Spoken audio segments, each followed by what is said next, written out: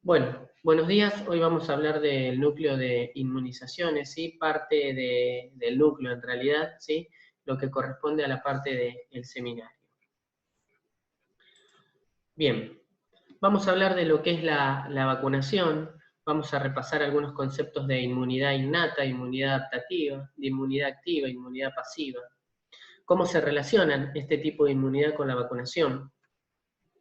Vamos a repasar y mencionar qué son las vacunas atenuadas, las vacunas inactivadas, las vacunas combinadas, lo que es la vacunación simultánea y la ventaja que tienen estas últimas dos. Vamos a mencionar la existencia de la Dirección de Control de Enfermedades Inmunoprevenibles, ¿sí? Esto relacionado a una estrategia sanitaria y a coberturas de vacunación. Vamos a repasar y observar el calendario de vacunación, qué es la cobertura de vacunación. Cuando hablamos de vacunación también es importante mencionar que existen barreras para una buena cobertura de vacunación, ¿sí? Y relacionado a esto, las oportunidades perdidas de vacunación. Vamos a repasar lo que es la inmunidad de rebaño y mencionar lo que representan, lo que es, ¿sí? Los efectos adversos supuestamente atribuibles a la vacunación e inmunización, conocido como ESAP. Cuando hablamos de vacunación, necesariamente tenemos que hablar de prevención, ¿sí?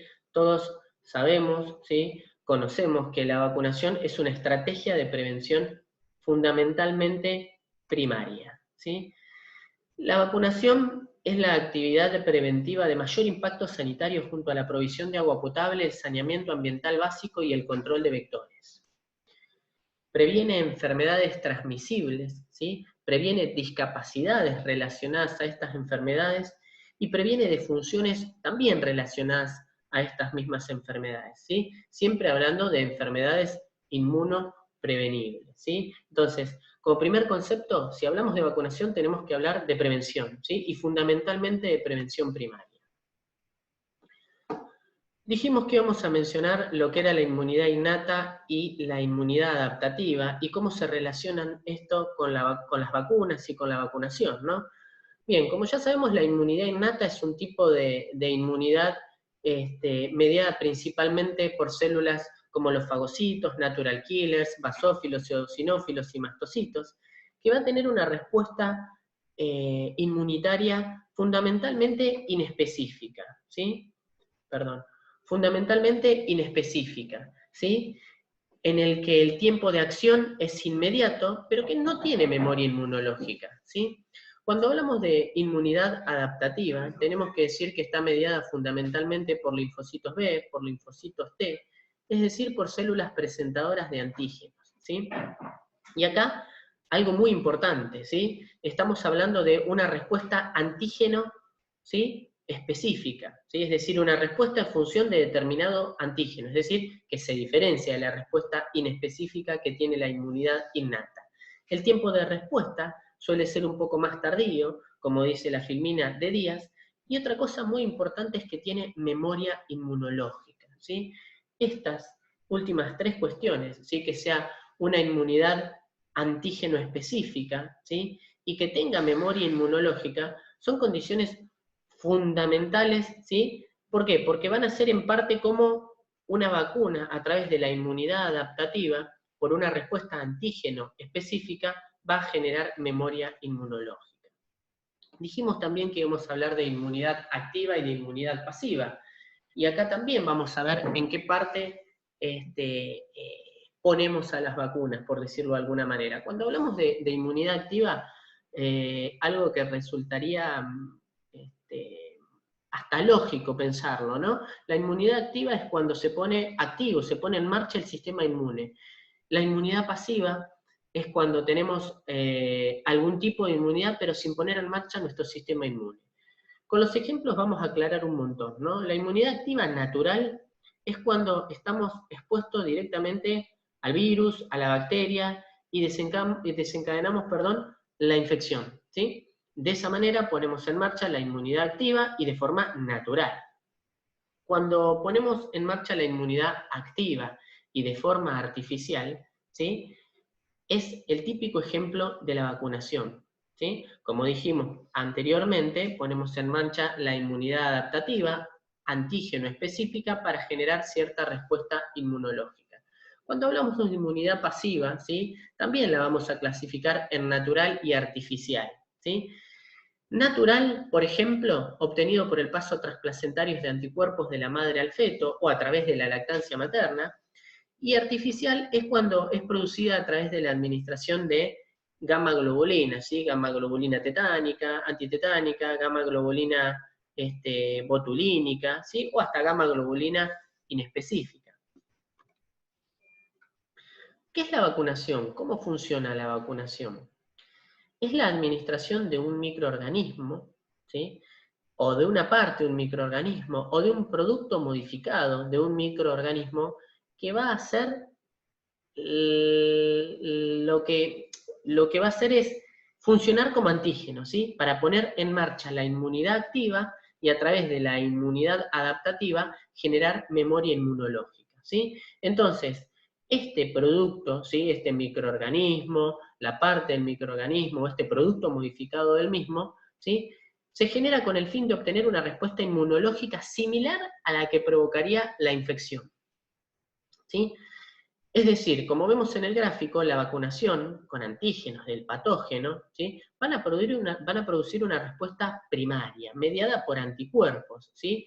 Anticuerpos que van a ser, en esta respuesta primaria, fundamentalmente dentro de entre el tercer al quinto día y con un pico máximo al 14º día de inmunoglobulina M, y entre la cuarta y octava semana, fundamentalmente, inmunoglobulina G. ¿Sí? Esto va a generar una respuesta primaria con memoria inmunológica hacia ese antígeno determinado. ¿Qué sucede? Cuando nos exponemos a ese antígeno responsable de la infección natural, nuestro organismo ya tiene memoria inmunológica por la vacunación, desencadenada por la inmunidad adaptativa, es decir, por inmunidad activa en forma artificial, ¿sí? Entonces se produce una respuesta inmunitaria secundaria. Esta respuesta inmunitaria secundaria, como bien lo marca el gráfico, alcanza niveles de anticuerpos más altos, fundamentalmente mediados por inmunoglobulina G, es más intensa y más duradera.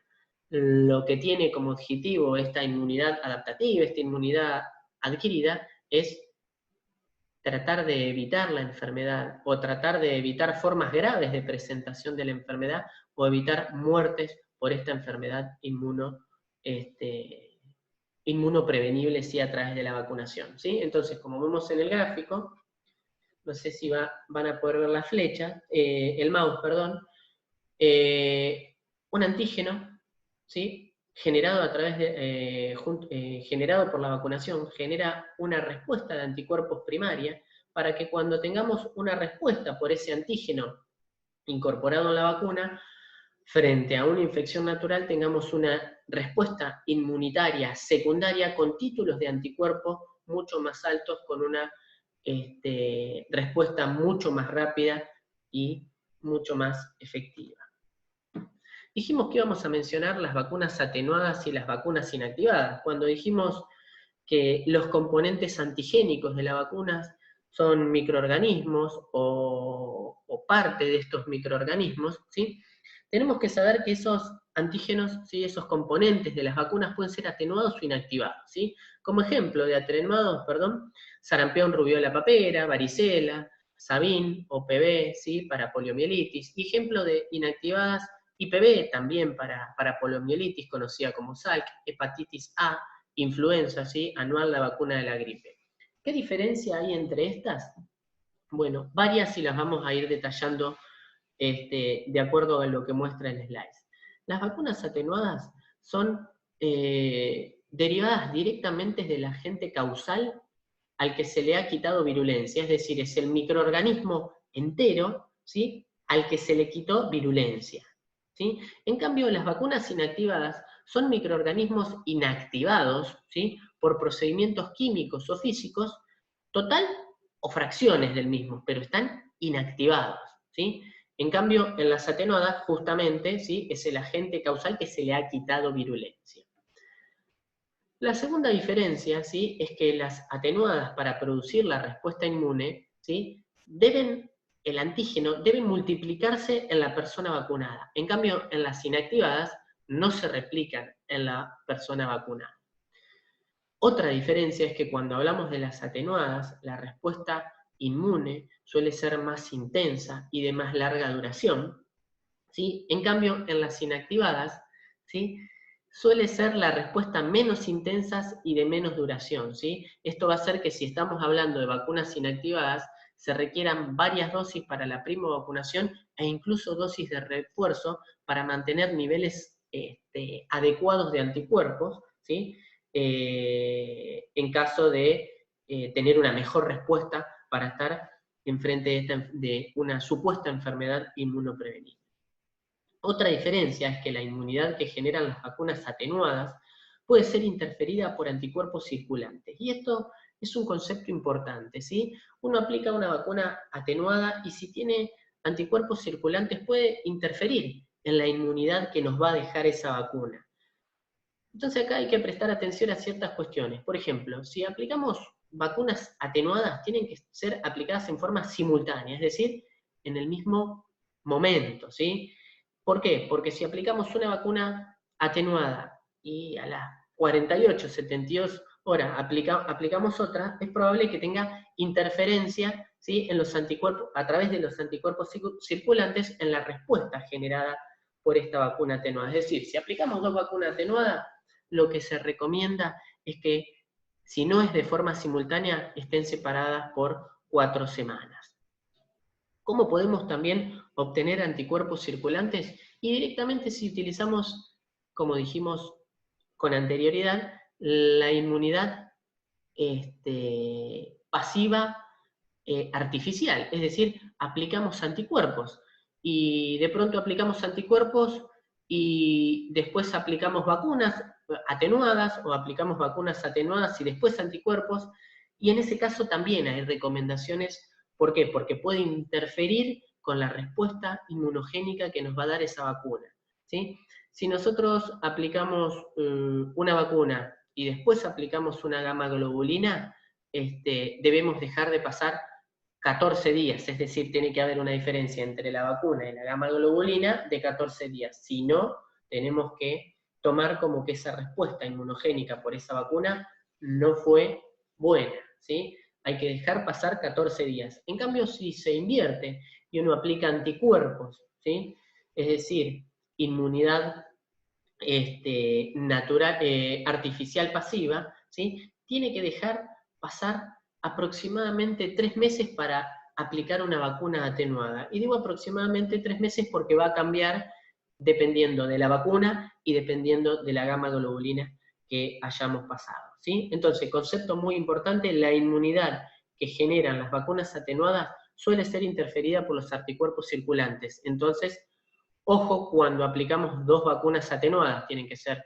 aplicadas simultáneamente o separadas por un mes, y ojo cuando administramos anticuerpos, ya sea previo o posterior a la aplicación de una vacuna atenuada, porque hay que respetar ciertos tiempos porque pueden interferir con la respuesta inmunogénica. En cambio, las vacunas inactivadas, la respuesta no se afecta por la presencia de anticuerpos circulantes o de otras gamas globulinas.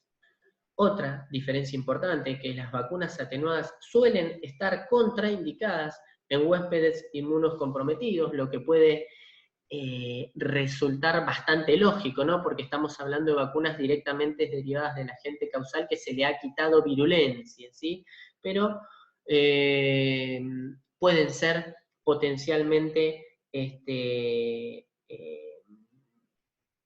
mayor riesgo, ¿sí?, en huéspedes inmunocomprometidos, por lo que en general suelen estar contraindicadas. En cambio, las vacunas inactivadas pueden ser administradas en huéspedes inmunocomprometidos.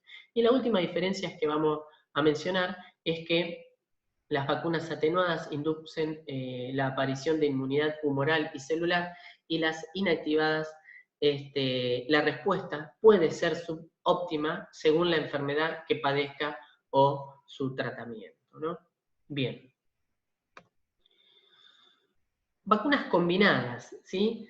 ¿Qué es hablar de vacunas combinadas? Es cuando en una misma vacuna combinamos diferentes antígenos para diferentes enfermedades inmunoprevenibles. Por ejemplo, la triple viral, ¿sí? Sarampión, rubiola, papera, ¿sí? Esa es una vacuna combinada, justamente se combina sarampión, rubiola y papera. Cuando veamos el esquema de vacunación vamos a ver que está la quíntuple, la cuádruple, en fin, varias vacunas combinadas, ¿sí? ¿Qué ventaja nos da esto? Y que nos da capacidad para inducir altos niveles de anticuerpos contra los componentes antigénicos, pero ¿de qué manera? Con un menor número de inyecciones, de dosis por visitas, y el número total de aplicaciones, es decir, pensando en la triple viral, con una sola inyección, con una sola aplicación, tenemos 3 antígenos, ¿sí? De los cuales vamos a obtener altos niveles de anticuerpos con una sola aplicación, ¿sí? Ayuda porque favorece una implementación simplificada de los programas de vacunación, mejora las coberturas de vacunación y reduce el costo de almacenamiento de la cadena de frío y del transporte de vacunas. Vacunas combinadas, ¿sí? Por ahí lo fuimos diciendo lo fui diciendo en realidad mientras iba charlando, no es lo mismo que vacunación simultánea, ¿sí? Vacunación simultánea significa, por ejemplo, que a los 4 meses se aplican simultáneamente varias vacunas correspondientes al esquema de vacunación, que también nos va a favorecer, ¿por qué? Porque nos simplifica los programas de vacunación y mejora las coberturas de vacunación. Dijimos que íbamos a mencionar lo que es la Dirección del Control de Enfermedades Inmunoprevenibles, ¿sí? Y esto es muy importante. ¿Por qué? Cuando hablamos de vacunación, ¿sí? Cuando hablamos de vacunas, tenemos que pensar que esto no es solo una estrategia individual cuando hablamos de prevención, ¿sí? Sino que es una estrategia global, ¿sí? Es de público conocimiento, ¿sí? Es sabido que la vacunación tiene un efecto individual, pero cuando uno aplica la cobertura de vacunación, hablando de atención primaria de salud, tiene una implicancia global sobre enfermedades inmunoprevenibles, ¿sí? De hecho, como vamos a ver ahora en el siguiente filmín, en la siguiente slide, hay incluso enfermedades que se han erradicado, ¿sí?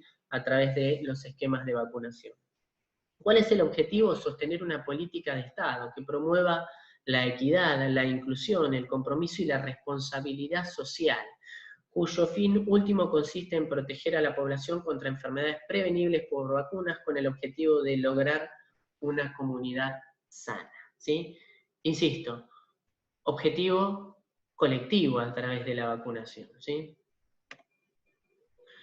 Cuando hablamos de estrategias sanitarias, ¿sí? Y un poco relacionado a lo que mencionábamos anteriormente, mencionar que en 1977, específicamente el 26 de octubre de 1977, se detectó el último caso de viruela, ¿sí? Poliomielitis, en 1994 se detectó la eliminación de la poliomielitis en el continente americano, ¿sí? No en el mundo, en el continente americano, ¿sí? Fijémonos si no es una estrategia sanitaria, ¿sí? Global, más que además de una protección y una inmunidad individual. Lo mismo, ¿sí? Está dentro de las prioridades, ¿sí? Los esquemas de vacunación, dentro de las prioridades de la Organización Mundial de la Salud.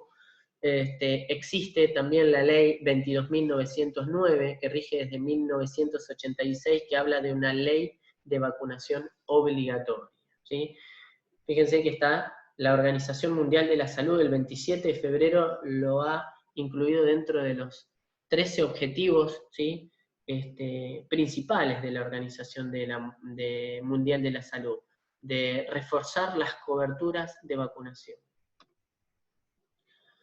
Bien, acá está el calendario nacional de vacunación de nuestro país. Fíjense, esto no es el objetivo, al menos de hoy, recordarlo de memoria. Si alguien lo recuerda de memoria, mucho mejor, pero esto uno tiene acceso en las libretas de vacunación, en la página del Ministerio de Salud de la Presidencia de la Nación, ¿sí? Donde figura el esquema de vacunación actualizado. Fíjense, estas son las vacunas incluidas en nuestro calendario de vacunación, ¿sí? BCG, hepatitis B, neumococo, quíntuple, poliomielitis. Bueno, en fin, todas las que están mencionadas acá. Estas que están en celeste son de uso exclusivo en zonas de riesgo, ¿sí? Como por ejemplo la fiebre hemorrágica argentina o la fiebre amarilla, ¿sí? Y en este lugar están las edades de aplicación, ¿sí? Por ejemplo, la hepatitis B tiene una dosis en el recién nacido antes de las 12 horas de vida, como hemos visto en otro núcleo, ¿sí? La vacuna neumococo conjugada tiene una primera dosis a los 2 meses, una segunda dosis a los 4 meses y un refuerzo a los 12 meses, ¿sí? Bueno, en fin, y así analizando todas las vacunas incluidas en nuestro calendario de vacunación.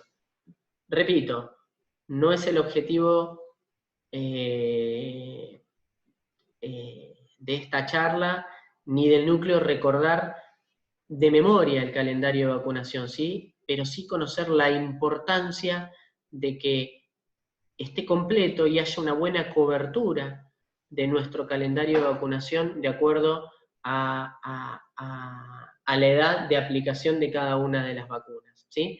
¿Por qué digo esto? Porque cuando vamos a ver, está dentro de las recomendaciones A para tener un buen calendario de vacunación, que esté como parte de ayuda a memoria, por decirlo de alguna manera, o que siempre concurramos a un control de salud con la libreta de vacunación, o tener esto pegado en nuestro consultorio, en nuestra sala de espera, en nuestro lugar de trabajo, incluso en el cuadernito de controles de los pacientes, ¿sí? Es sumamente importante ponerlo en práctica más que recordarlo de memoria. Acá nos vamos a detener en el siguiente slide en la poliomielitis. ¿Por qué? Observemos, la poliomielitis actualmente, ¿sí? Actualmente, o hasta el día de hoy, porque esta clase va a ser subida el 1 de junio, tiene una dosis, perdón, no encuentro el mouse, ahí está. La poliomielitis tiene una primera dosis de vacuna IPV, Salk, inactivada, a los 2 meses, una segunda dosis a los 4 meses de vacuna IPV inactivada, y refuerzos, pero para la poliomielitis con vacuna OPV Sabin atenuada, a diferencia de esta que dijimos que es inactivada, a los 6 meses, tercera dosis, un primer refuerzo a los 18 meses y un segundo refuerzo al ingreso escolar. Este calendario de vacunación siempre hay que tenerlo actualizado. ¿Por qué? Porque es dinámico y va cambiando. De hecho, ahí como muestra la flecha, justamente hoy, 1 de junio, cambia nuestro esquema de vacunación, ¿sí? Por una resolución ministerial del Ministerio de Salud, que fue publicada el 22 de abril de 2020, y que habla y nos dice que nuestro nuevo esquema de vacunación a partir del 1 de junio del 2020 para poliomielitis saca a la OPV, a la vacuna Sabin atenuada, y hace que todo nuestro esquema de vacunación para la poliomielitis sea con IPV, Salk, vacuna inactivada. ¿Y de qué manera? La primera dosis a los 2 meses de vida, la segunda dosis a los 4 meses de vida, la tercera dosis a los 6 meses de vida. No se realiza más ningún refuerzo a los 18 meses y sí se hace un refuerzo a los 5 o 6 años, es decir, al ingreso escolar. Dosis de refuerzo con IPV. Fíjense que las 4 dosis para poliomielitis son IPV, vacuna Salk, inactivada. Cuando uno lee en detalle el boletín y lo que dice el boletín, en el boletín oficial me refiero, ¿no? en la resolución ministerial, ¿sí? Explica por qué sucede esto. Nos dice y nos comenta que la vacuna OPV, vacuna atenuada, ha sido muy efectiva desde que se viene aplicando, ¿sí? Nos comenta que desde 1988 se registraron aproximadamente más de 300.000 casos de poliomielitis por virus salvaje, y en el 2019, con el esquema de vacunación todavía incluido la OPV, vacuna atenuada, se registraron alrededor de 160 a 170 casos de poliomielitis por virus salvaje. Pero lo que se viene registrando es un aumento de la circulación del virus polio relacionado a la vacuna, ¿sí? Ya que se trata de una vacuna atenuada. Se viene encontrando una circulación en aumento, ¿sí? Entonces, nuestro objetivo en este momento también es disminuir la circulación de este virus de la poliomielitis relacionado a la vacuna, ¿sí? Es decir, como mencionamos anteriormente, las vacunas atenuadas tienen el microorganismo entero, atenuado, ¿sí? Es decir, con una virulencia disminuida. ¿Qué sucede? Muchas veces empieza a circular este virus, porque adquiere virulencia, ¿sí? Y es lo que se ha encontrado en circulación del virus poliomielitis asociado a la vacuna. Se saca la vacuna de la poliomielitis del esquema de vacunación con el objetivo de terminar o al menos disminuir la circulación del virus polio relacionado a la vacuna. Dijimos que íbamos a definir lo que es la cobertura de vacunación. Bien, la cobertura de vacunación es simplemente el porcentaje de la población vacunado, ¿sí? En función, dividido, es decir, relacionado a la población a vacunar por 100. ¿Sí? Es decir, ¿qué porcentaje de la población objetivo a vacunar está vacunado? ¿El 80%, el 85%, el 95%? ¿Sí? Eso es la cobertura de vacunación. El número de personas inoculadas con la dosis de vacuna respectiva sobre la población a vacunar por esa vacuna respectiva por 100. ¿Sí? Eso es muy importante. ¿Por qué? Porque eso nos habla de inmunidad global. Uno tiene que entender que mientras más cobertura de vacunación, es menos probable la circulación de esa enfermedad inmunoprevenible, ¿sí? Hablamos de sarampión, por ejemplo, una cobertura de vacunación en una población determinada del 60%, ¿sí? No es lo mismo que una cobertura de vacunación del 95%. Va a haber menos circulación del virus de sarampión, menos enfermedad por sarampión, donde haya una alta cobertura de vacunación. Dijimos el sarampión como un ejemplo, podríamos mencionar cualquier virus, ¿sí? Fíjense, estas son estadísticas mundiales del 2016, para difteria tétano una cobertura del 86%, para poliomielitis del 85%, cobertura vacunal mundial en 2016, para sarampión 85%, para hepatitis B 84%, ¿sí? Esto a modo de ejemplo y del 2016. Dijimos que también existen barreras para una buena cobertura de vacunación, ¿sí? Porque uno podría decir, bien, ¿por qué 85% y no 100%? Si las indicaciones son claras, están incluidas dentro del calendario de vacunación, bien, existen barreras, ¿sí? Y muchas veces esas barreras son condiciones institucionales o condiciones de gestión. Simplemente, a veces, no están las vacunas, no hay, ¿sí? Capacitación del equipo de salud, es decir, desconocemos, ¿sí? De la indicación de una vacuna por falta de capacitación, entonces no va a estar indicada esa vacuna, ¿sí? Por eso mencionaba de tener siempre a mano el esquema de vacunación, la libreta de vacunación, ¿sí? Otra barrera de accesibilidad para una buena cobertura son las características de la población, ¿sí? Es decir, la característica de la población a vacunar, ¿sí? Simplemente pensar que hay personas que es más difícil que adhieran a la vacunación, ¿sí? Y eso también es una barrera para obtener una buena cobertura de vacunación, es decir, condiciones institucionales, condiciones de gestión, falta de capacitación o características de la población. Relacionado a esto, también existen las oportunidades perdidas de vacunación, es decir, cuando quizás yo tuve una consulta y no la aproveché para revisar la libreta de vacunación, el calendario de vacunación, en un paciente de 4 meses que vino por otra causa, por un control de peso, por un control de salud, y yo no revisé las vacunas. Eso fue una oportunidad perdida de vacunación, ¿sí? Muchas veces sucede también por temor a administrar las vacunas de manera simultánea. Sabemos que eso es una ventaja, ¿sí?, para aumentar la cobertura de vacunación, como mencionamos anteriormente. Muchas veces no detectamos la necesidad de vacunar, ¿sí?, por falta de capacitación, por falta de conocimiento.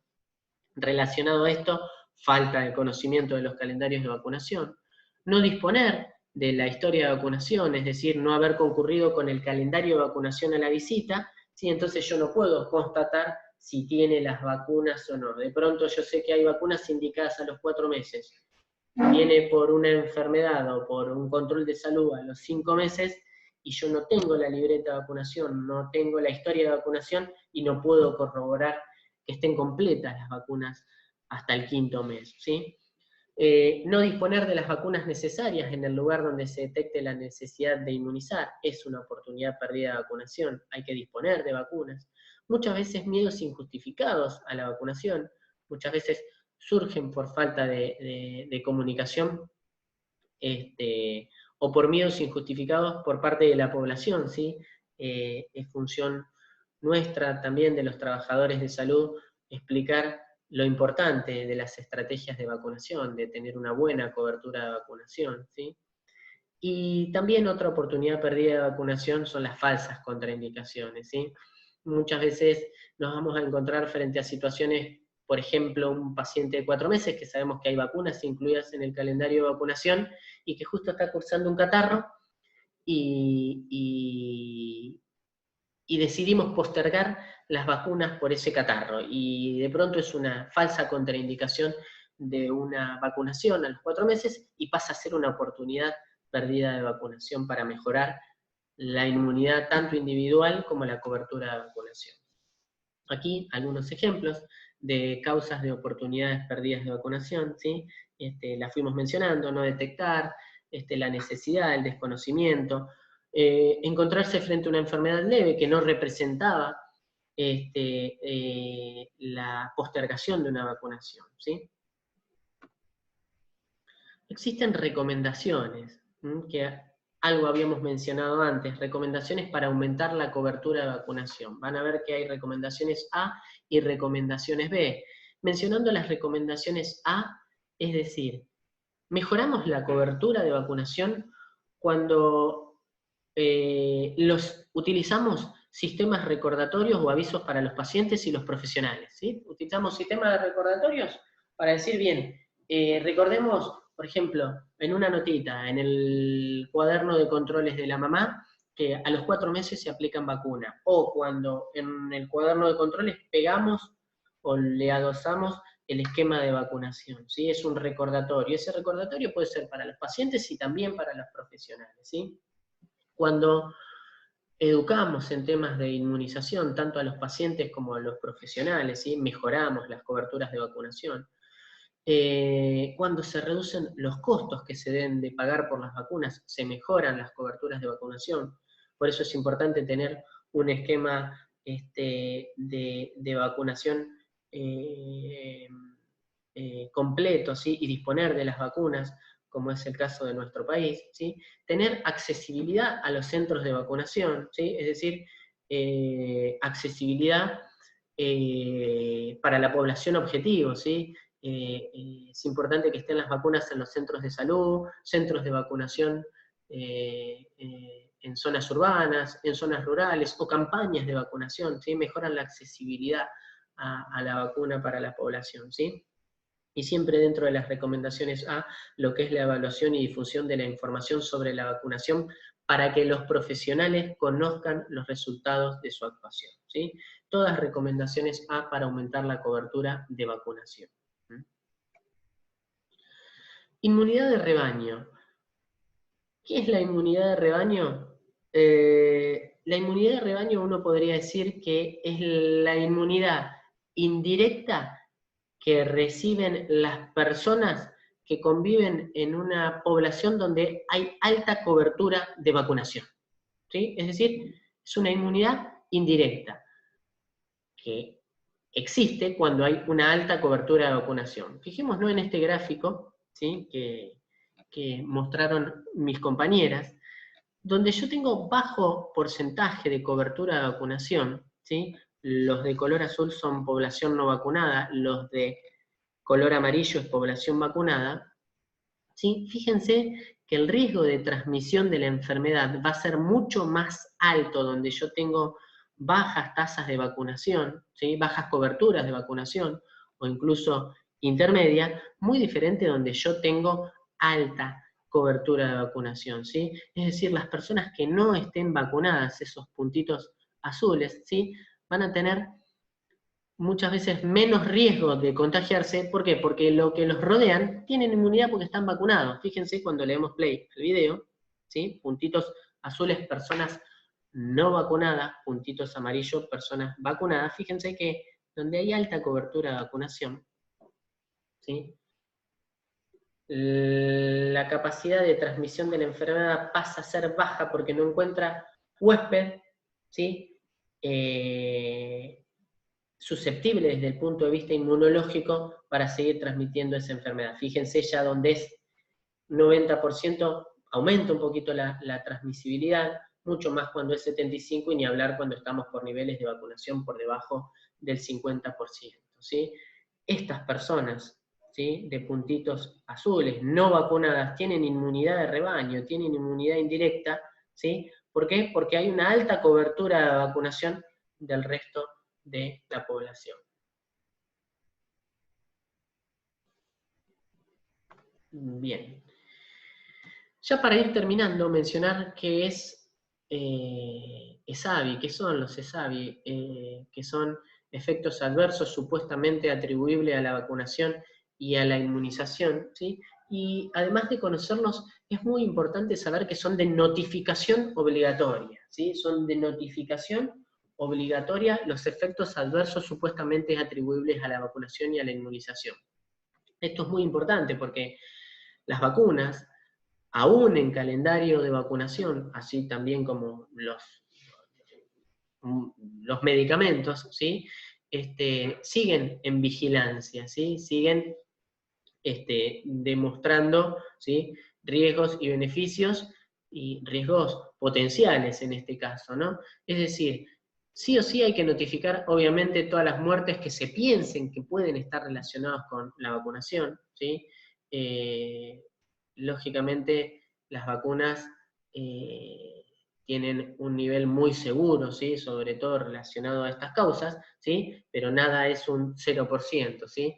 También hay que notificar todos los casos de linfadenitis por BCG, todos los accesos en el sitio de infección, todos los casos que requirieron en hospitalización y que se piense que puede estar relacionado a la inmunización, cualquier incidente grave o inusual que se piense que puede estar relacionado a la vacunación, o cualquier situación durante la aplicación que pueda haber motivado o generado un efecto adverso, ¿sí? Eso es un efecto adverso supuestamente atribuible a la vacunación e inmunización y debe notificarse de manera obligatoria. También deben notificarse errores durante la aplicación, como por ejemplo la utilización de un solvente no apropiado para la vacuna, las agujas incorrectas también deben denunciarse, notificarse, ¿sí? Cuando utilizamos vías de aplicación equivocadas, de pronto la aplicación de la vacuna era vía oral y por error se aplica de manera intramuscular o subcutánea, ¿sí? Eso también se debe notificar, o cuando aplicamos una sobredosis, una vacuna que ya tenía y se vuelve a aplicar, ¿sí? Son situaciones que también deben notificarse, ¿sí? Es decir, cualquier efecto adverso supuestamente atribuible o relacionado a la vacunación, ¿sí? Es una forma de darle, lejos de darle una debilidad, es una forma de darle solidez a nuestro sistema y a nuestro calendario de vacunación. Bueno, esto es un poco un resumen de lo que hablamos en el núcleo 6 sobre inmunizaciones.